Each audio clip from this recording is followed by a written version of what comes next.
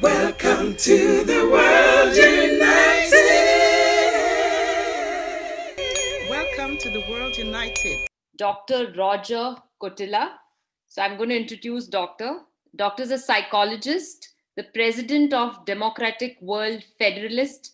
He's the VP of the World Constitution and Parliament Association, board member of the Center of the United Nations Constitutional Research. He interned at the Palo Alto Veteran Hospital in conjunction with Stanford Psychiatry. His extensive background in psychological disorders and treatment includes a special interest in sociopaths and psychopaths. Such personality disorders, coupled with chronic paranoia due to fatally flawed geopolitical systems, which results in militarism and endless wars. The Earth Constitution offers a path to a solution and a new UN.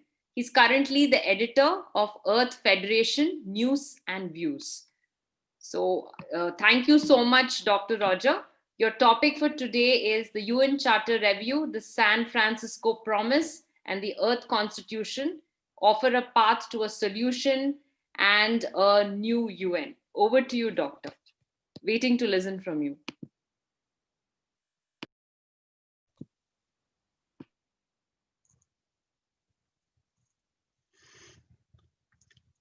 All right, am I on the air yet? Yes, sir. Yes. Oh, good. Dr. Martin is here.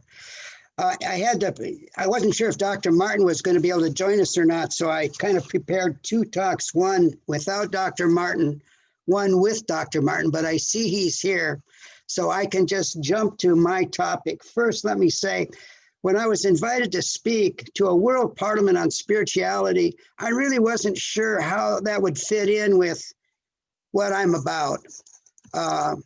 Meaning, I'm very political.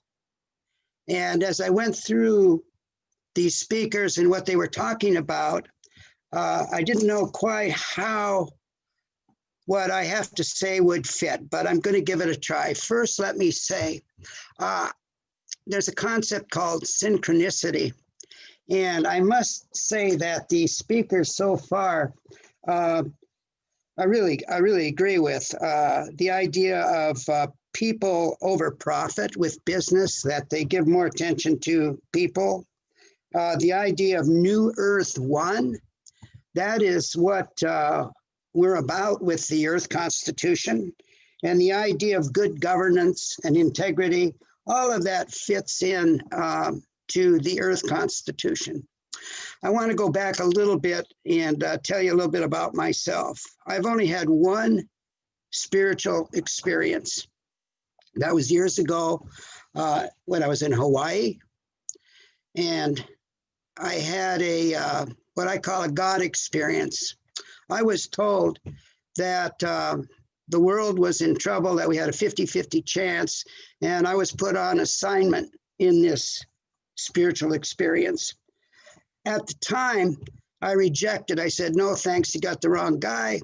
I have a great life by San Francisco, got a good private practice, a lot of friends, and so on and so forth. So I rejected the assignment of helping to save the world.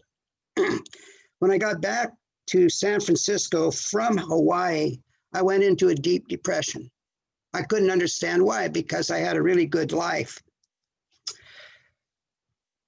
What I did finally was join the anti-nuke movement, and the minute I got involved as an activist, the depression lifted.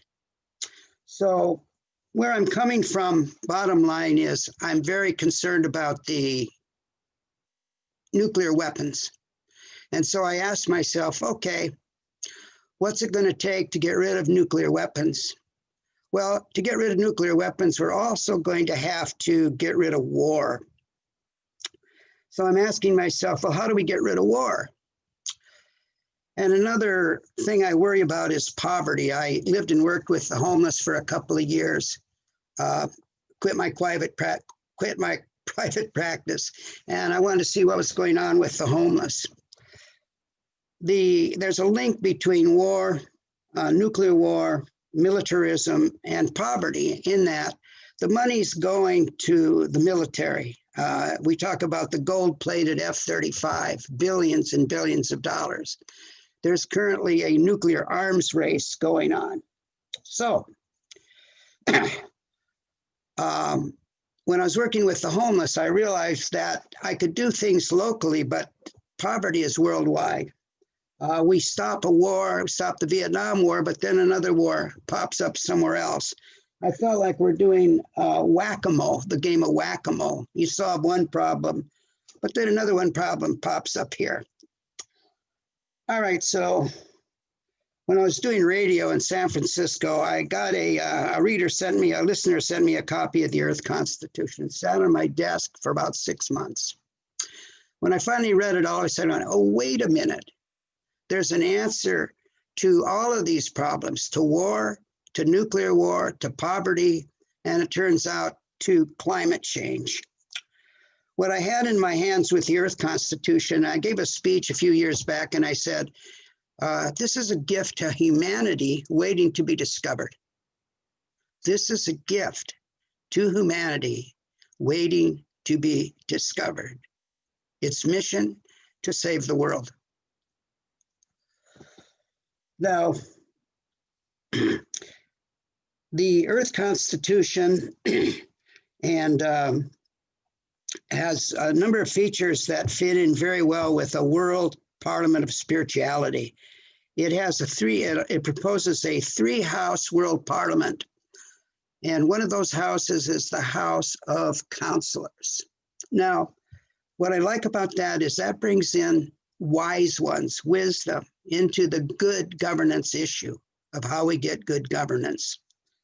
So the idea of having a House of Counselors, I think is really outstanding. It would be a body of 200 people from around the world participating fully with the House of Nations and the House of Peoples. Now, Dr. Martin will be talking, I think, some about the House of Peoples, where we try to represent 7.6 billion people with 1,000 electoral districts.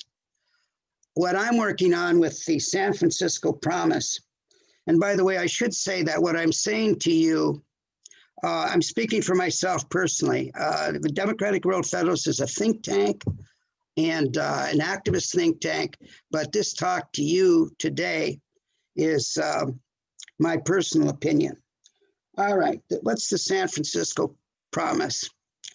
I have a colleague, an international lawyer, who did research on the UN Charter. He discovered Article 1093, which says that the Charter's supposed to be reviewed, and it's never happened. All right, so what's the importance of the UN Charter? The importance is that the reason the UN can't end war, the reason the UN can't eliminate nuclear weapons, the reason the UN can't end poverty is because the UN Charter is wrong. I'll say that again. The UN Charter is wrong. It's actually an obstacle that prevents the UN from doing its primary job, which is to end war. If we can't end war, we can't deal adequately with climate change. If we can't end war, we can't adequately deal with poverty, nor can we adequately deal with the dignity of humankind.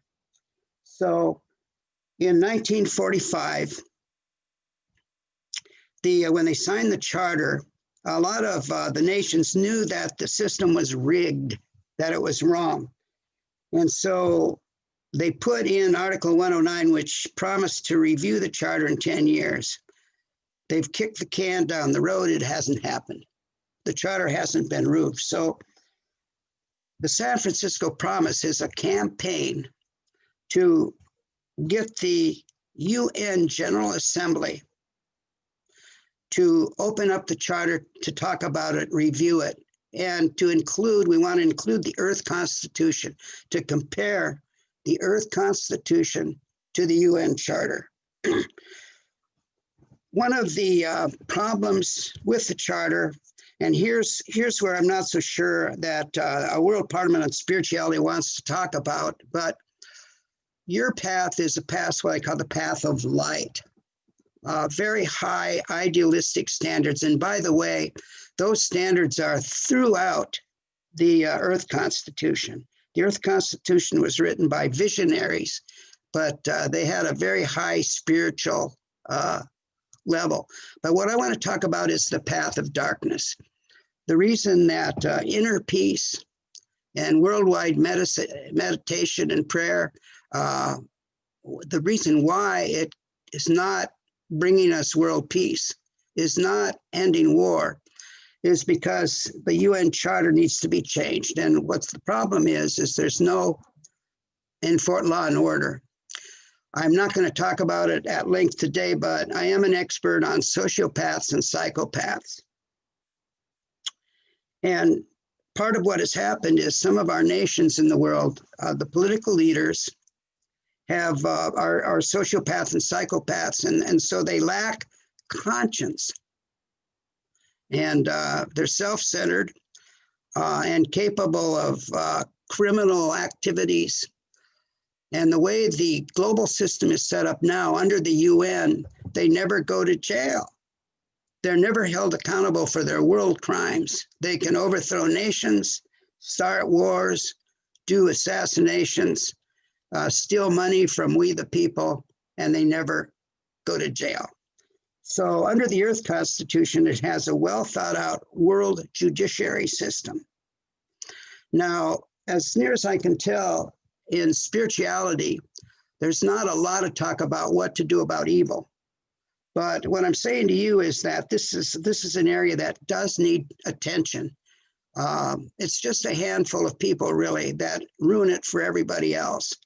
But with real law and order, at the global stage, we can change it. I'm about ready to stop here. Before I started thinking about what I wanted to say to you, I threw an I Ching. This is a mystical, this is a divine from China, which I happen to be an amateur student of.